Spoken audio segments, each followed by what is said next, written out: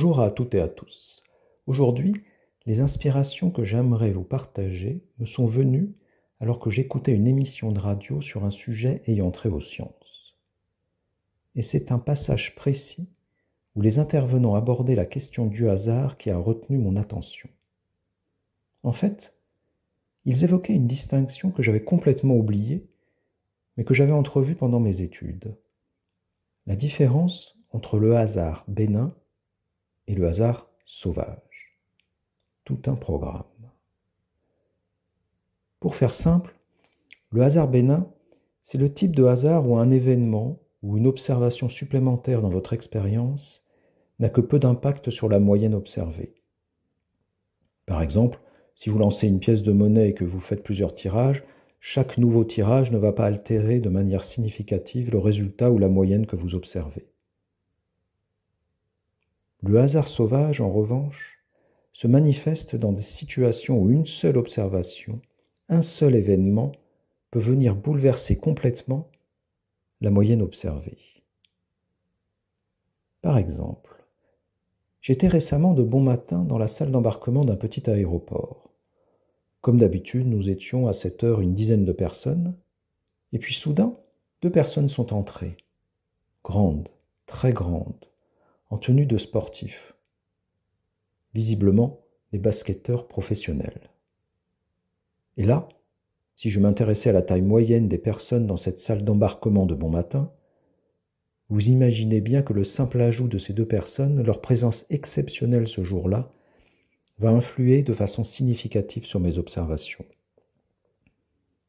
En simplifiant, c'est un peu cela, cette notion de hasard sauvage. Une notion qui remet en cause notre capacité à prévoir les choses avec précision lorsqu'une seule donnée peut tout changer. Ces notions de hasard sauvage et de hasard bénin, nous les devons au mathématicien d'origine polonaise Benoît Mandelbrot. En fait, il est surtout connu pour avoir introduit la notion de fractal, une autre notion particulièrement fascinante. Mais bon, c'est une autre histoire. Revenons donc au hasard. Le souvenir de ces notions de hasard bénin et sauvage m'ont amené bien des pensées, en particulier sur mon activité de coach et de facilitateur. Parce qu'après tout, je pourrais simplifier mon activité en je pose des questions, j'observe, j'écoute mon client, je repose des questions, et ainsi de suite. Une sorte de processus itératif. Et en voyant les choses ainsi, je me suis demandé, mais quel est donc le rôle du hasard dans cette activité? Dans les questions, l'agencement des questions? Et est-ce qu'il y a du hasard bénin?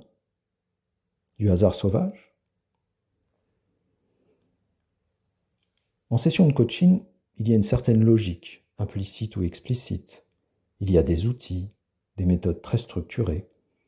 Les questions ne semblent pas être le fruit du hasard et suivent un fil conducteur, à minima celui de la logique de la séance. Donc en ce sens, la plupart des questions, leur enchaînement et leurs intentions ne sont pas issues du hasard. Cependant, il y a l'intuition, cette petite voix qui nous pousse parfois à sortir du cadre et à poser des questions auxquelles nous n'aurions a priori pas pensé. Mais est-ce vraiment du hasard? Pour moi, cela reste avant tout une intuition d'expérience. Ce n'est pas tout à fait fortuit. Par contre, il y a vraiment des moments où quelque chose s'invite, sans forme réelle d'intuition. Ce sont ces moments où, je dirais presque contre toute logique, une question me traverse l'esprit.